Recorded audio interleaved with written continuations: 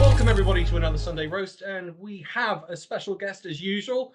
Femi, please can you introduce yourself to everyone? Hi, I'm Femi. I shout at Tories for money, and yeah, that's pretty much what I do. Worthwhile job. Yeah. As well. Yes. But I have to ask this: who are you going to shout at when there's no Tories left? Well, the full title of that is I shout at Tories regardless of what colour tie they wear. That's a good caveat. Liz, can you introduce Hello. yourself, my lovely co-host? My name is Liz Webster. I am the founder of Save British Farming, and I have been actively fighting Brexit now for well over 8 years, going into the 9th soon. So that's it. Still love talking about Brexit, and like to talk about farming, even though there's not much of it left since Brexit. Well, you're giving us plenty of ammunition to start. I don't like. There's so much to pick here to choose. Okay, hi, I'm Alex, also known as Political X. I'm an author, journalist, historian, and YouTuber. Today we are going to go straight into it and talk about. You've given me so many things to talk about: farming, Johnson, Tory leadership. We didn't even discuss that off air. What's mental is that I was at Labour, or outside Labour conference, they wouldn't let me in, and there was a Tory that happened to be there, just sitting in the Costa. And I was listening to him talking. He was talking about how, like, they are terrified. They have an existential threat. He referred to it as a tidal wave in the form of Gen Z. That they are aware that Gen Z, especially, will never vote Tory. And what do you do with that? And it seems their response is just to lean into the reform vote. They've given up on that because if they're going with either Jenrick or Kemi Badenoch, that's the only voter base they have now. Yeah, well, that's why Johnson's out and about doing his book, because he knows this. The Conservative Party are brutal, and if in 2 years' time they're not polling, then I can see it. Johnson's going to come back. Bloody sure of it. And they'll be like, Johnson's the only one who can win, as he did in 2019. It'll be the same thing. It'll be like, it's not working out. So, okay, we're going to go with Johnson. And we could, if Starmer doesn't improve, or Labour doesn't improve, then we could end up with a 2019 deal between Farage and Johnson, and hey presto, we're back in the nightmare again. That's what I think. Do you think that Partygate, Brexit, they can move past that? Johnson can still be popular enough despite all of that? What do you think, Femi? I think Johnson is very much cooked as far as the voters go, because when you look at his original voter base, they hate him because of A, COVID, B, Partygate, and just not feeling satisfied with how Brexit has gone. And then when you look at the demographic shift, Gen Z has no time for Boris Johnson. They go, one of the most depressing / encouraging things about the years before Brexit was that with all the marches we did, all the protests we did, the demographic of those protests did tend to skew a bit older, even though young people were heavily anti-Brexit. And yet, when Johnson became prime minister, there was a F Boris march, which took place in London, which was the biggest demonstration of young people, biggest and most diverse demonstration of young people I have ever seen in this country. Because while Brexit was very technical, Boris Johnson was the value system behind Brexit, and young people effing hate that. Wow. When you were on that march, what was the feedback you were getting? Why did people hate him so much? What was the thing that seemed to come up the most? Well, he's just the face of the British right racism. He's the face of everything that's wrong with politicians that lie.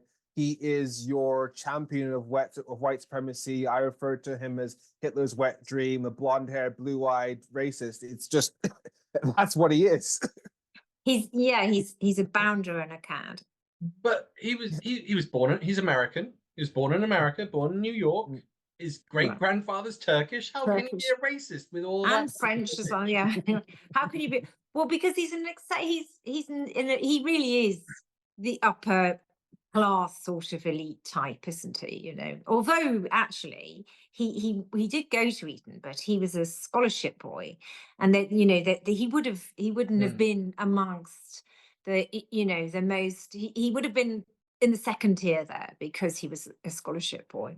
I do know someone who's in a year with him, in the same school year as him. So he told me that he was very, very bright, one of the brightest students, but very, very lazy. Oh wow, just came to him naturally, type of thing.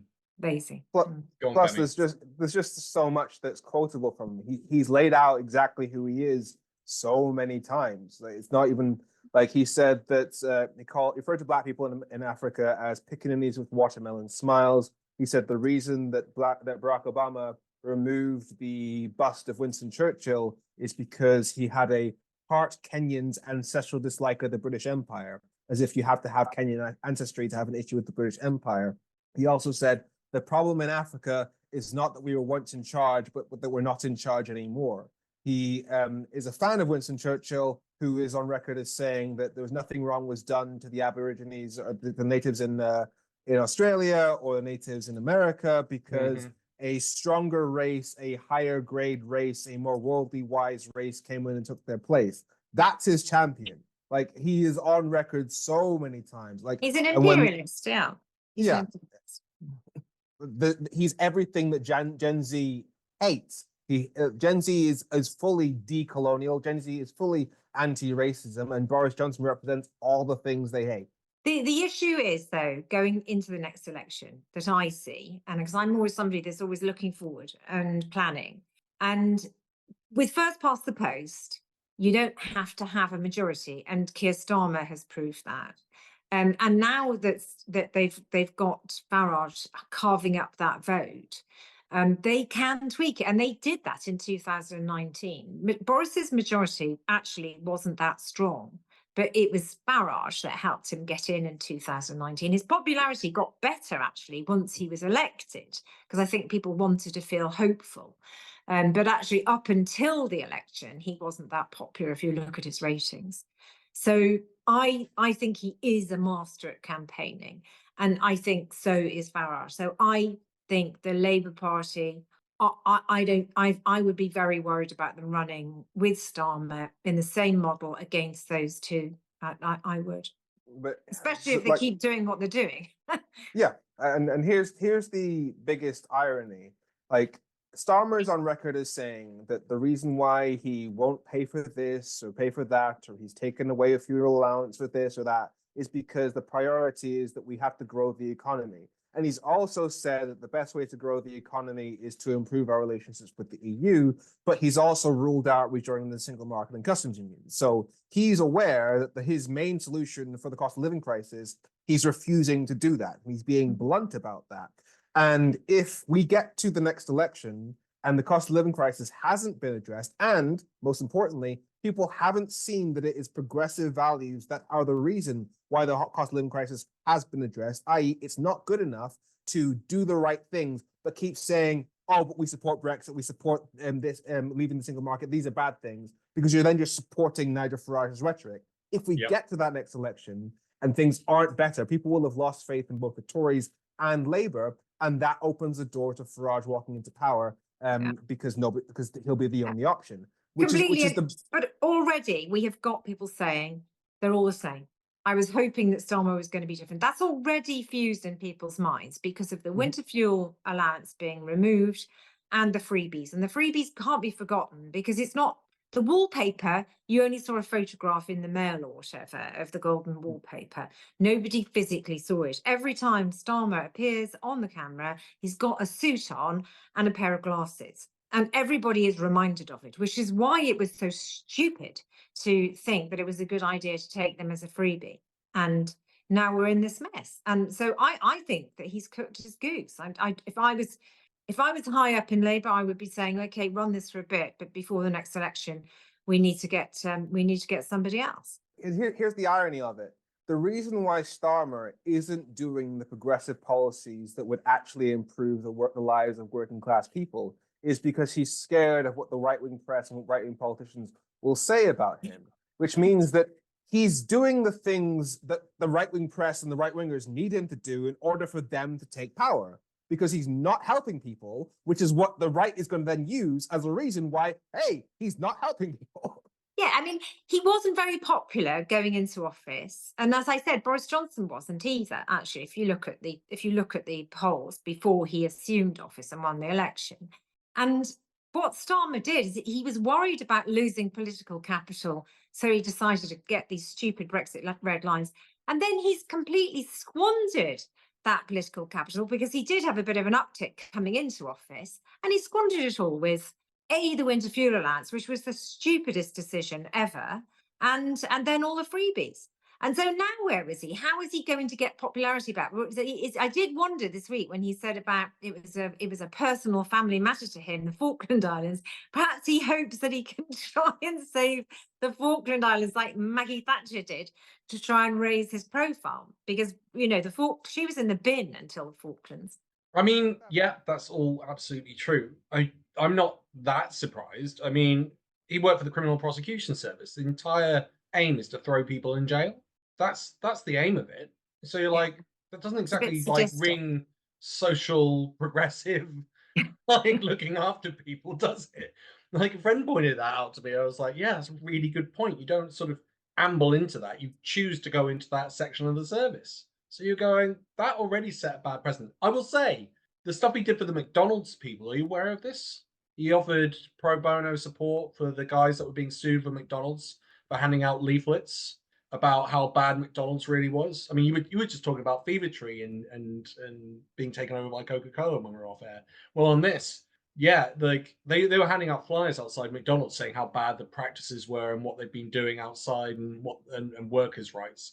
And McDonald's sued them, and he came in and he tried to rescue them by giving them free legal advice. He didn't have to do that. And that sort of, to me, that was like, that feels conflating in terms of like, he does want to volunteer and help the little man.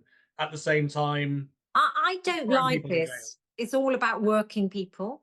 Because what is he saying? That as soon as you're not working anymore, then that's it. It's a bit like running a sort of queen bee running a running a hive. Like, I only care about the worker bees. As soon as you can't work for whatever reason, I don't care about you. And what about caring for children? I don't like this whole thing of working for working people. I think that's the wrong message as Prime Minister. But that's the thing that resonates with the public, in part because of the right-wing press. That's that attitude, and that's an old school attitude. Like, I've got many friends across the UK who have got an attitude: you do not take any benefits, and that's been drilled into them by their parents who had the same attitude, and that you can always find something to do in some work. And you go, where's that come from? How's that perpetuated across the country? Because I hear it from several different places, and it's almost like they don't even understand that they've put money in to then take out when necessary, when they're in bad times. And this is what really annoys me, that for the economy, giving benefits it doesn't cost anything, because it just circulates straight back into the economy. The thing that costs us money is giving money to people like Baroness Moan, because they take it out of the country and put it into super yachts over in France or Italy or somewhere else. Giving people benefits helps, particularly local economies. And so what do? You go back to the workhouse where people go there to die? I mean, that's... Some of them have been advocating for the workhouses to come back. In the Conservative Party, you're like actually advocating as a solution, because they really think that the government has no impact on their lives, and it's just down to your actual choice of lifestyle. And that's why you should go into the workhouse, because you'll learn that it's either that or you get a job, and it's always better to get a job. They actually believe that. There's tons of historical evidence where the government has interfered, caused problems, damaged the economy, and brought it all down. And you're absolutely right as well with the welfare system. Economically, it makes absolute sense to have a welfare system. It stops you, like, we saw it in the 1930s in America where they didn't have one. And that's why they brought it in, because it just had a spiral of decline in the economy that kept going down.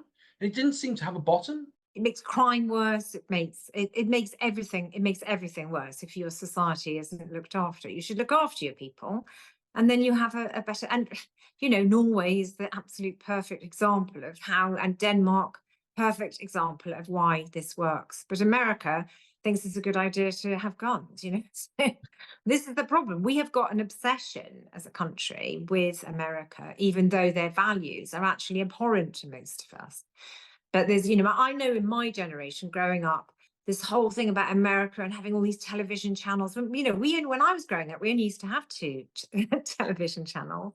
And we used to have a test card on for most of the time. And, you know, I remember going over to Florida when I was about 15. I won't tell you exactly which year that was, so you don't work out how old I am. But it was like, wow, America has got everything, you know, Frank Sinatra culture and Bing Crosby, and everything's big. And then in those days, we didn't have McDonald's over here either. And, you know, this sort of whole thing and going in and going, God, hamburgers. Wow. Having to go to America for McDonald's is insane. All I ever think, you brought up Norway. Do you know how many food banks they've got in Norway?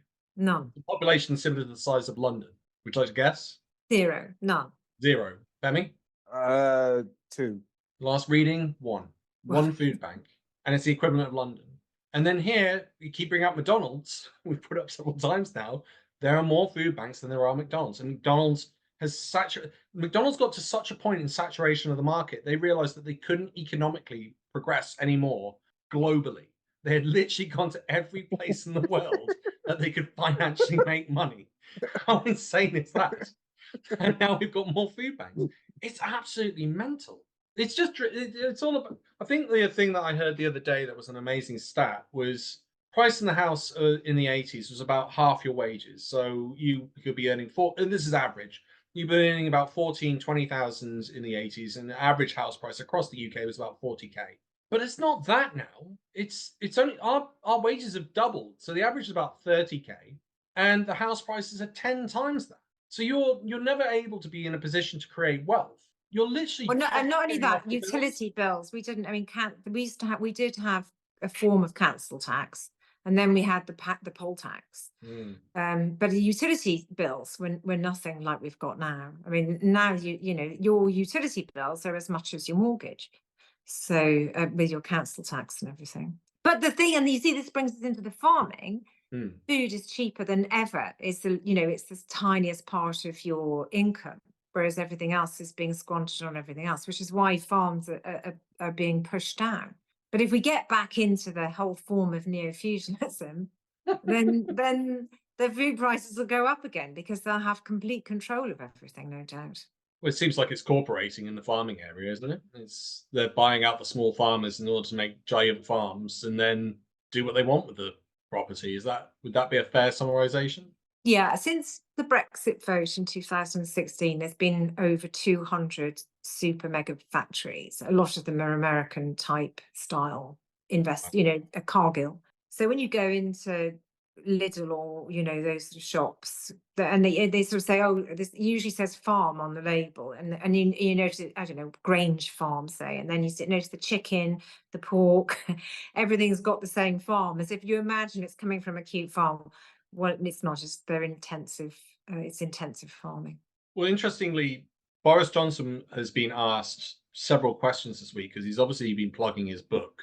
And someone, I think Nick Ferrari, asked him directly, give a score for Brexit. And he broke it down into 2 scores. And the first score, actually, I'm going to ask you that question. For national sovereignty, if you can even call it that, what would you give Brexit as a score?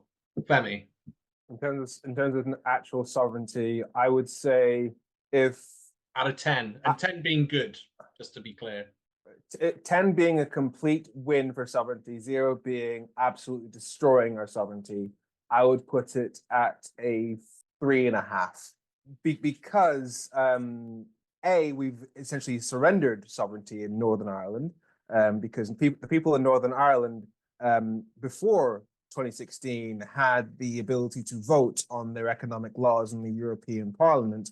However, now, because the Northern Ireland has remained in the single market, but Northern Ireland isn't in an EU country, they don't have a say over those laws. So they actually have objectively less sovereignty than they did before Brexit, and they're a quarter of our country. And then when you add to that the fact that the UK is still having to sort of copy EU laws in order to guarantee the supply of goods, again, practically speaking, that's also less sovereignty overall. So I definitely put it at a 3.5. Liz? I put it at 0. We've lost complete control. we're not able to manage inspecting goods coming in any longer.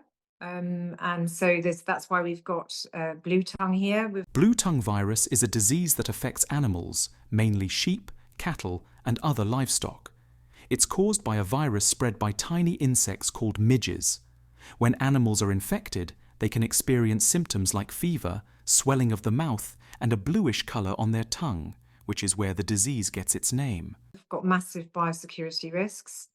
We don't have food security any longer. The EU don't have to supply us with food any longer. And that's why we are in this problem of delaying the checks all the time, because if they put the checks in, no one's going to send us food. So I think food is a massive, I mean, we die without food. And because of the delay for, since Brexit happened, as I've said to you, food production here is crashing as well. So we also rely on energy from the European Union. And we've come out of the energy, whatever it's called, price guarantee. What is it called? The energy, Femi, you know what it's called? We can fact check now. Yeah, can you fact check? We've come out of the European energy, there's a name for it, where you had a guaranteed price that you don't get, you don't have to pay. So now at the moment, we're paying the most for electricity in the world, I think it is. Certainly in Europe anyway. European energy guarantee.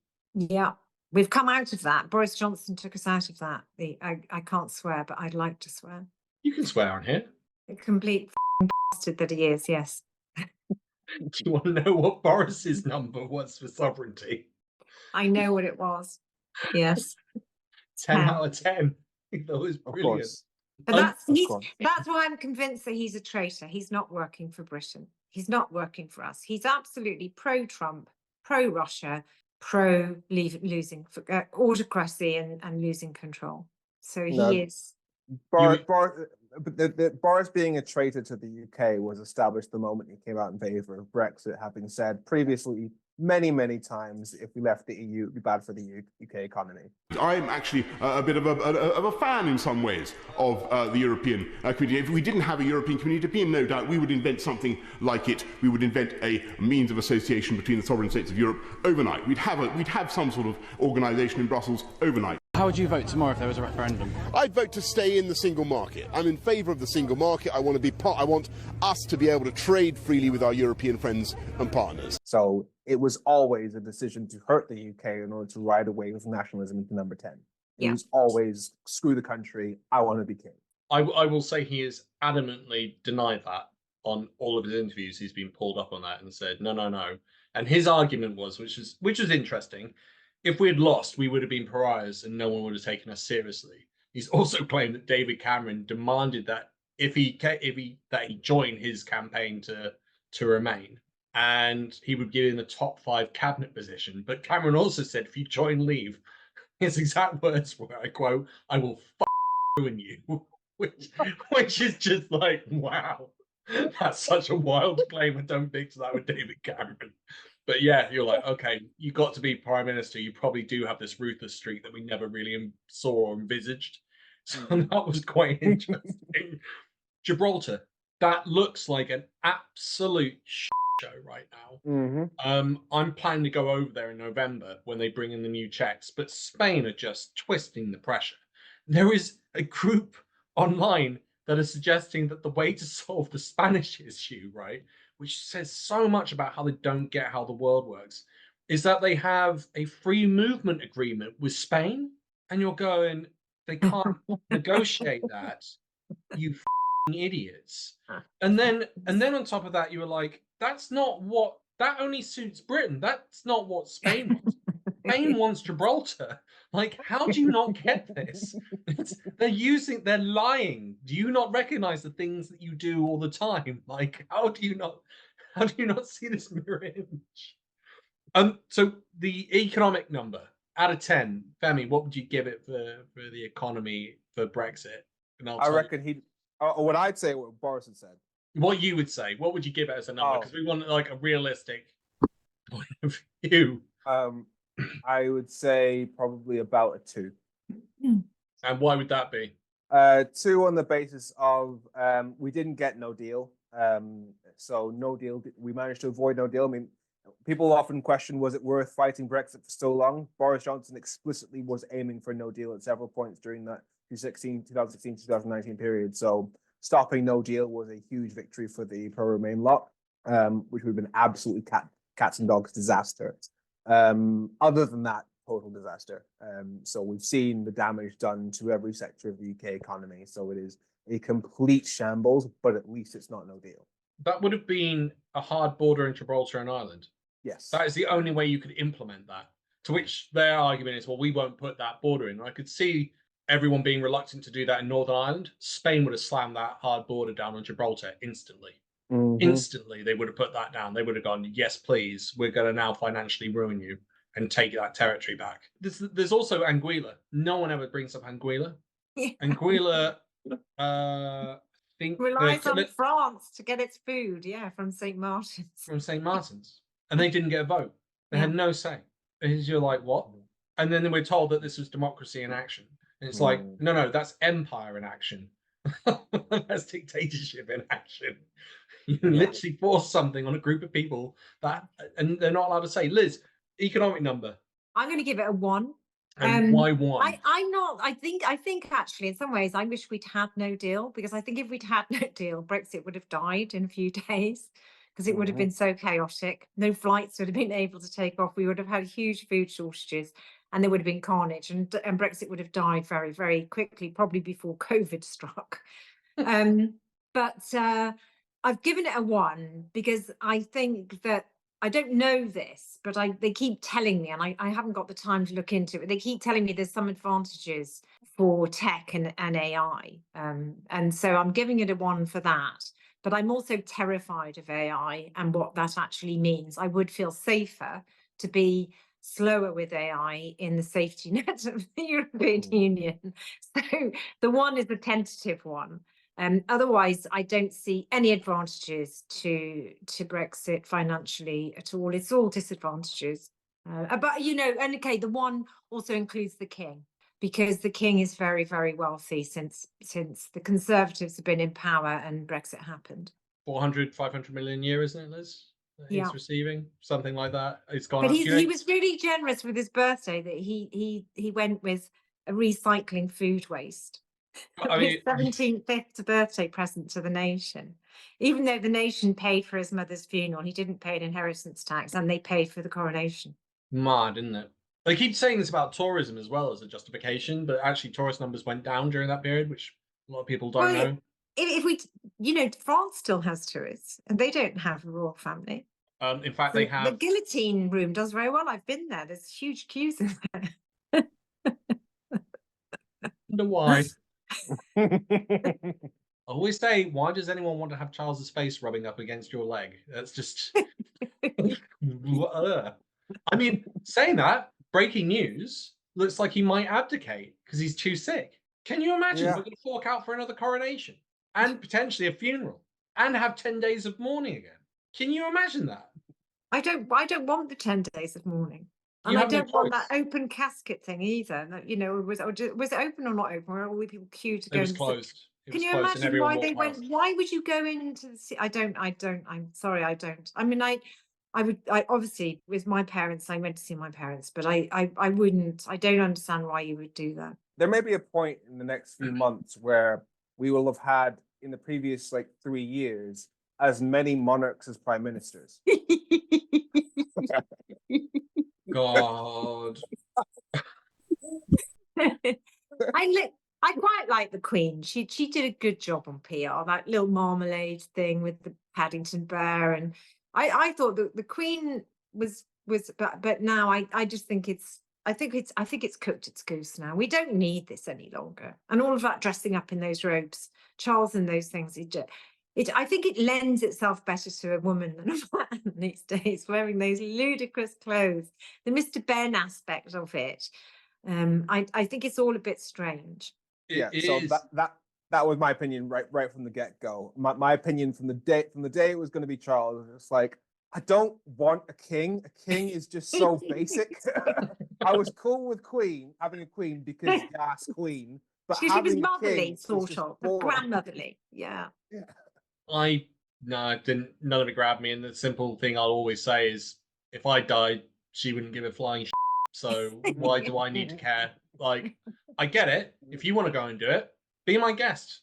You know, more good for you. That's how you feel, and you want to support that. You want to go in a queue and maybe see David Beckham.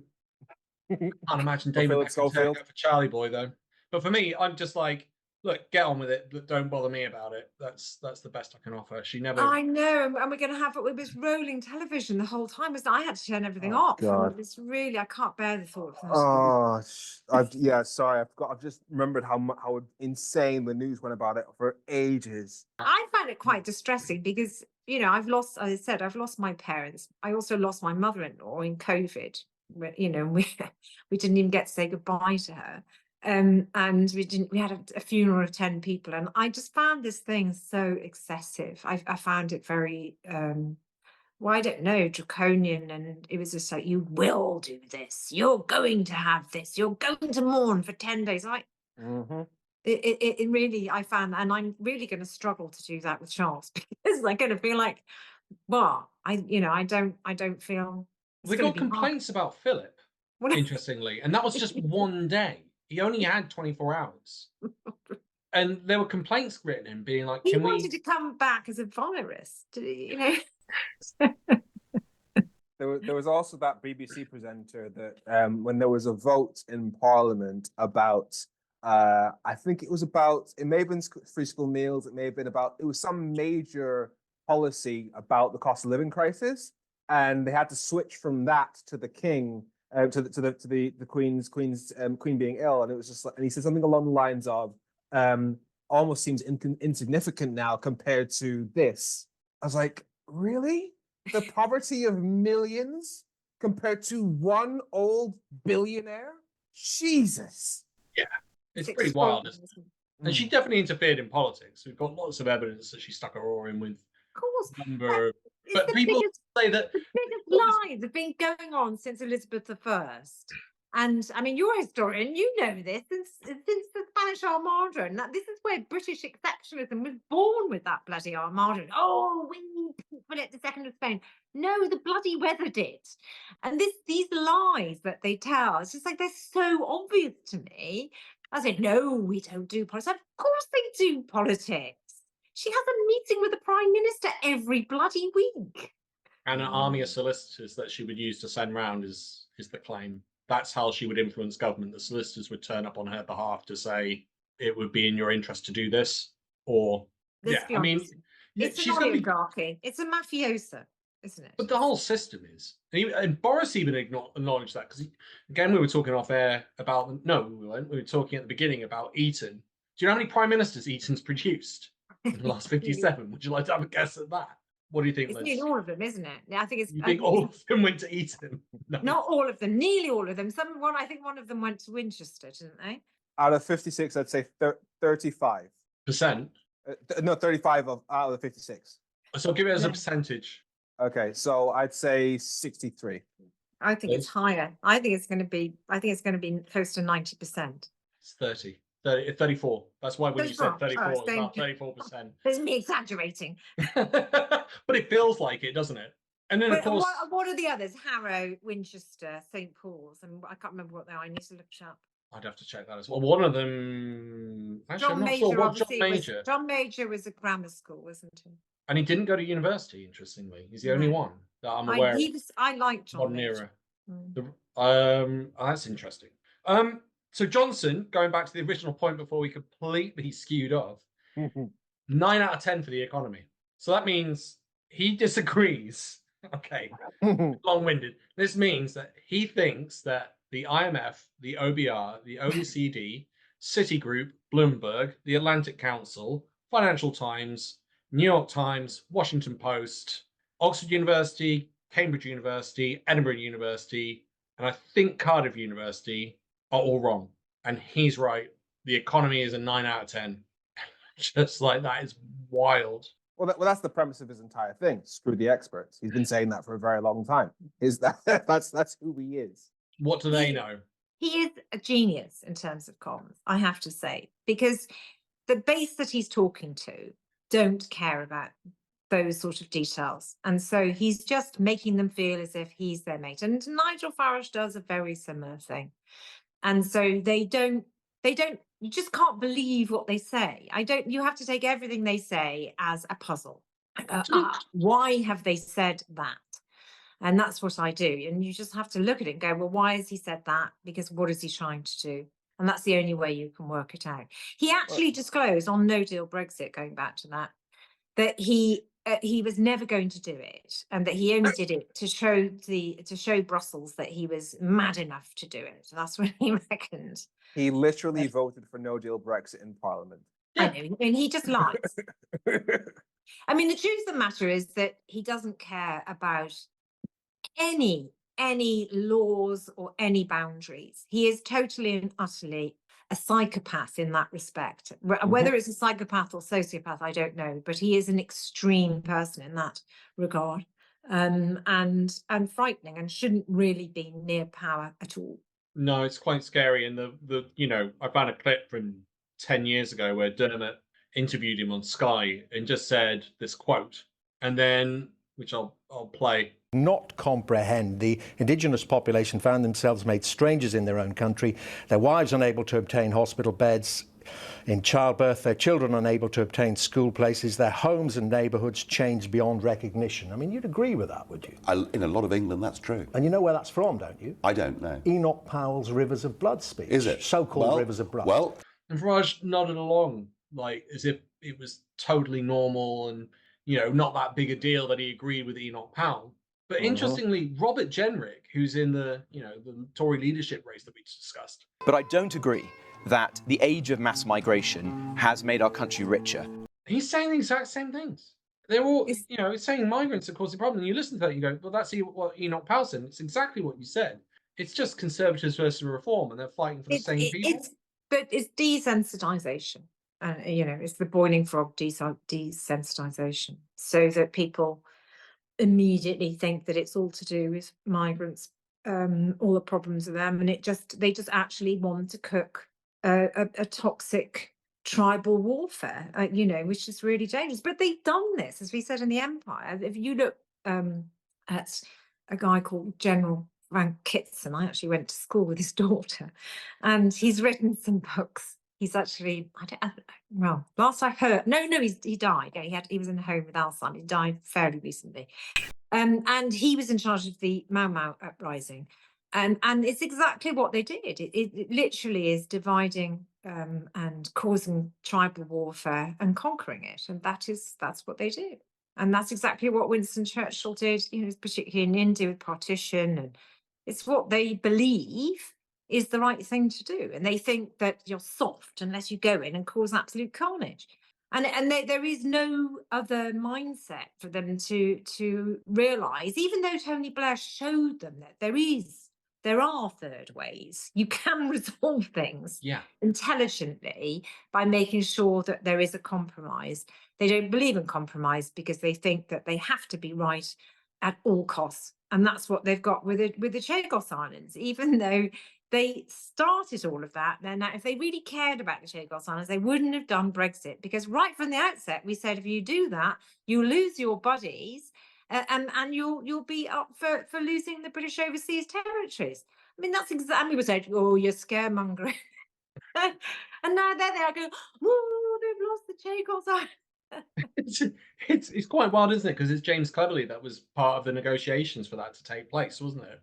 And the other one is Saint Helena, that piece of volcanic rock where Napoleon was sent to.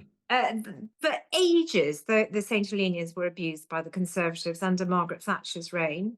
And it was only Tony Blair that actually gave them British citizenship. These poor people were left in the most awful situation where there's no work there, hardly any, getting goods in and out of there is really difficult. There was no aeroplane, no airport there. And Tony Blair eventually, it all went through the UN courts and everything else. And eventually they got their British citizenship under him. And but before that, they could only come and work here on license for a very, very small salary as slaves. And Tony Blair undid that because I used to work I used to run a business for domestic staff. So I was actually running the agency throughout these changes. So they used to come in and work in very big houses as housekeepers and gardeners. And then they used to have a stamp in their passport and they were told how much the ceiling that they were allowed to earn. And Tony Blair, in fact, which is why I'm a big fan of Tony Blair, because, you know, I didn't agree with Iraq decision, but at least he did try and find solutions to these problems. He wasn't, you know, this whole empire spirit of taking advantage of people. But in reality, British people haven't come to terms with the fact of what British people throughout history have done. Well, that's because we're not taught that. Like we're taught, like at school, my history education was World War I, World War II, progress in invention of medicine, Industrial Revolution, and the Tudors and the kings and queens. So basically all stories where white British people were either the heroes or won wars or invented stuff or looked cool in robes. That's it. Like only good. So of course we get British superiority. Of course we end up in a situation where enough of our public genuinely believes that 27 countries need one country more than one country needs 27 countries. Yeah, UKIP's quite an ironic name, isn't it? If you think about it, they've gone around loving how much the empire is good and everything else, and then the irony being that they want to leave everyone. You're like, what are you talking about? I feel they wanted to leave it because they weren't running it. Yeah, exactly. Well, they are. That's the bloody thing. They are. There's a parliament. They're part of that parliament. They're one of the biggest blocks in the EU parliament. You get to select the leadership and the representatives in 2 other chambers. And you've got to laugh real. with the EES scheme coming in, which is just, you know, controlling their borders. we are completely missing out on that security that the right wing so crave. It's bonkers, isn't it? I don't know. I think Brexit largely it's a decision to sanction ourselves, and it's known in doing so that you're really putting the most vulnerable and poorest under the most stress. It was interesting that you said about this earlier as well, when you mentioned the positive of some of the areas in the economy, like financial services. I don't see how they would have been affected one way or the other by being in the EU or out of it, because they don't really deal with borders. It's all online. You know, it doesn't have the same VAT rules. It doesn't have the same restrictions because it's not goods going over, so they don't have to be checked. So I don't see how that would have made one jot of a difference one way or the other, or being able to deregulate it or regulate it. So, and it's not just financial services, it's services in general, I should have said. Financial services, I've got very little interest in it, but I've got friends who are in it, and all of my friends who are in it hate Brexit. Yeah. I mean, it's absolutely smashed the youth. I think lawyers probably have done well from Brexit because we've needed more legal work. It's a false economy. We probably need more debt collectors. Do we really need more debt collectors in the economy? Not really. I'll give you two interesting history facts. Just because you were talking about false history and we mentioned India. Do you know where India gets its name from? Because you were talking about borders being split up. It's from the Indus River. Do you know which country that's in? Pakistan. Yeah. How much of it? I felt whoever drew up those borders and maps and everything else, I felt there was an element of really snide behavior. And when Femi, you were talking about vindictive behavior or malice, like, I mean, there's other stuff behind that. There's obviously all the deaths and everything else that took place with the partition, which is all created by the British. The other interesting thing was Femi, you were talking about bad history never being taught. We had an interesting event about 2 years ago. Me and other history teachers found out that one of the courses that we had to teach was on the opium trade. And as a history teacher, you're meant to encourage the class to look at 2 sides. But in this section, this topic, we were told that we had to show the good side of selling opium to China and the bad side. And we were like, can you imagine them setting up a course on Escobar and going, can you tell your students the good side of him selling coke? Well, free trade and liberal economy and supply and demand. You're not forcing it on them. They want to take the crack cocaine. Just like, so we actually had to campaign with the department that came out and said, why are you getting us to teach this? This is actually insane. Why is this in the syllabus? Like, are you trying to get us to advocate drugs? Like, what are you doing? But it was almost like they hadn't thought about it. Whoever created the syllabus choice just never put 2 and 2 together, and it's left over from part of the education. And India came up because the only thing I can remember from my history education was the Indian mutiny over cow fat being used on bullets, which for Hindus is like absolutely sacrilegious. But for the British, they're like, yeah, we get cows, we kill them, we eat them. Like, what's the problem with putting fat in the bullets? You're making a mountain out of a molehill. That was the thing that, like, sort of, the straw that broke the camel's back, as they say. Go on, Liz. I can see you want to jump in. No, I'm just, I could go on about, the whole discomfort of the British Empire. So I'm Welsh, so I don't come from that. I don't conform. And yet you So- speak English. Well, So yeah, I'm reading the race report that was commissioned by Boris Johnson, and it says, in terms of how we improve British education, we want to create a teaching resource that looks at the influence of the UK, particularly during the Empire period. We want to see how Britishness influenced the Commonwealth and local communities. Now, the Commonwealth and local communities influence what we know about modern Britain. One great example would be a dictionary lexicon of known British words which are of Indian origin. There is a news story about the Caribbean experience, which speaks to the slave period, not only being about profit and suffering, but also about how culturally African people transform themselves into a remodeled African Britain. So, literally saying it's not just about slavery was not just about profit and suffering. It was also kind of like a cultural exchange, like basically Erasmus with chains. Do you imagine having to teach that about the genocide during World War II and going, well, we've got to look at the good and the plus and the negatives. What came out of all these amazing books and literature? Anne Frank's diary wouldn't have happened. Like, you couldn't write that. That'd be insane. And yet he's going around telling everyone that that's what we should be doing with other genocides. Do you know how many genocides that we were actually involved in total? Do you know? I'll tell you what. I'll give a more simplistic fact. Do you know of any nation that has committed genocide on 2 continents and wiped out 80% of the local inhabitants? I only know the UK. I don't know anyone else. The One Dutch were quite continent. bad. Yeah. The Dutch were quite bad. I don't But yeah, know. perhaps I think the British probably were the worst. Yeah, the genocide side. Yeah. Of 80% of the population on different continents. I'm not saying the Dutch were good. They weren't, or the Belgians, but on 2 separate continents and wiping out 80%. We're not sure about, and that's Australia and Native Americans. I don't know what it is for. And New Africa. Zealand suffered really badly too. Yeah, that's quite an interesting story in itself with the Maori, because they actually put up a damn good resistance, which is why they were treated differently in the end, because they did well at warfare, so we had to give them respect based on them being able to kill us. It's insane. Like, what, like, I don't understand half of this stuff and how it comes across. Like, I am definitely one of the. I don't know. I think it was interesting you were talking about Gen Z taking a different approach. I definitely feel like I've taken a different approach, but with history, because this is not what was being retold to me when I was at school. It was either very fact-based, we did this at this time and we were here and this event happened, or it was very, isn't the empire great and everything else. That was pretty much my education. So I've completely rebelled against it and just gone, well, we can't say that about Escobar, so why are we saying it about our opium trade? Like, that does. I think what's Not a interesting straight as well, line. because I'm always talking about food and Brexit, and it's always been the focal point of mine, surprisingly enough.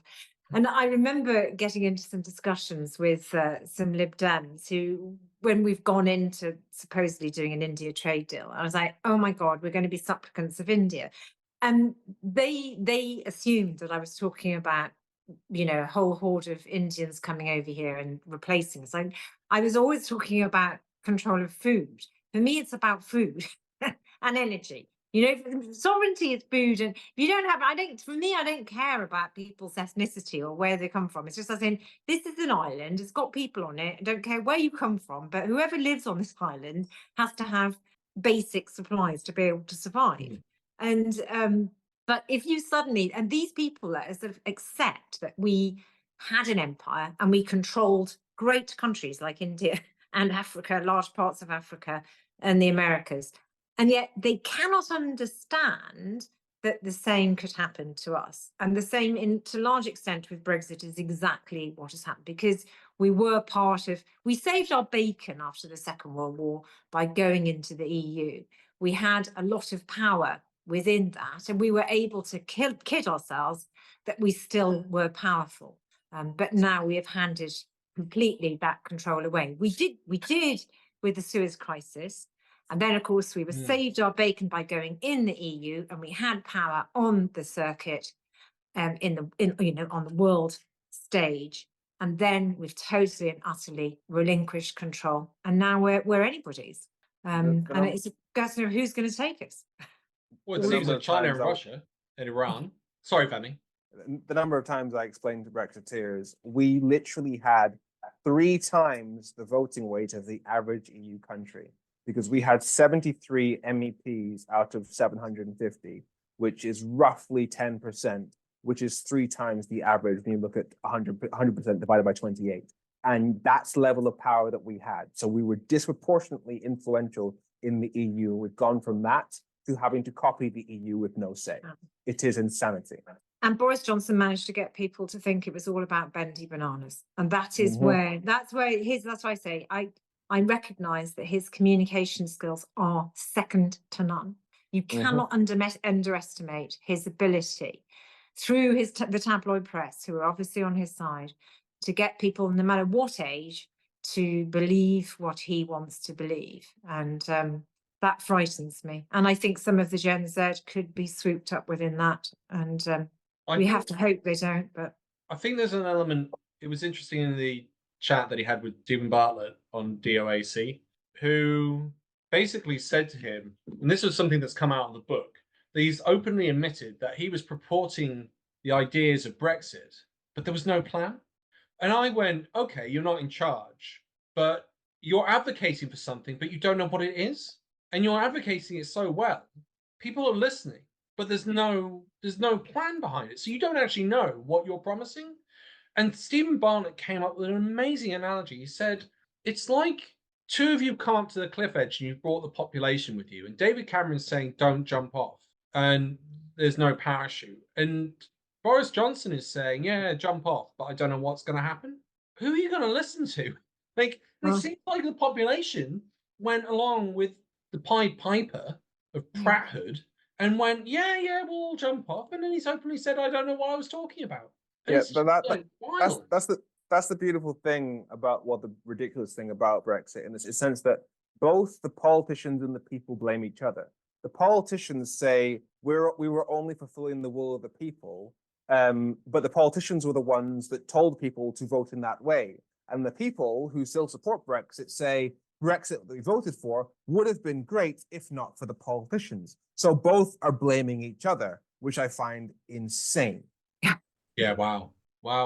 That's such a As great... I said, Brexit was a decision to cause chaos, and that's what it's doing, stirring things up, intensifying our agriculture, more Americanization, and it's a war on SMEs in particular. So yeah, you can see probably why an pro-American person would be behind it. Although a lot of people say they backed because they're so pro-British, including a lot of farmers. Well, if something like Nigel Farage, Boris Johnson, and Donald Trump are all advocating for it, it's got to be good, right? It can't be bad. Robert Jenrick. Oh, his wife as well. Gosh, it's scary. What's wrong with Jenrick's wife? Oh my God, she is. Have you not seen it? There was a profile in the Times about her last week. She is seriously scary. So ambitious. Very, very, very scary. Very right wing. Yeah, she actually is a lawyer, and she advocated for a lot of the Russians who were sanctioned. Yeah, to try and save them. Yeah, so that says it all. I guess there's an element that you shouldn't shouldn't be too harsh on lawyers picking who they represent just because they're meant to just take up the case. I know you don't like. I know you feel like that, but you know, I'm quite a big advocate, pun intended, of lawyers sort of.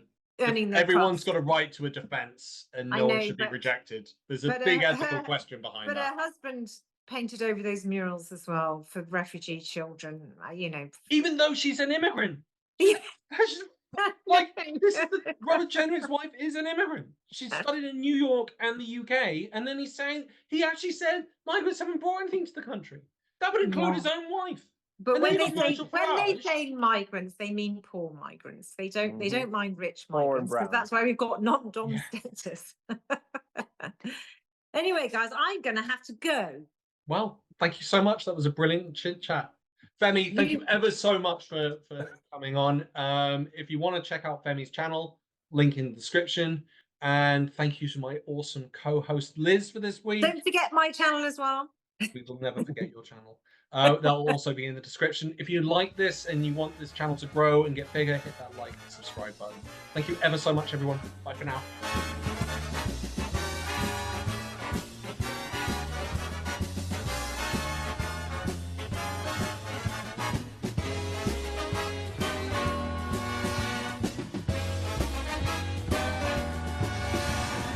Tune in next week for another exciting story from the files of Police Squad.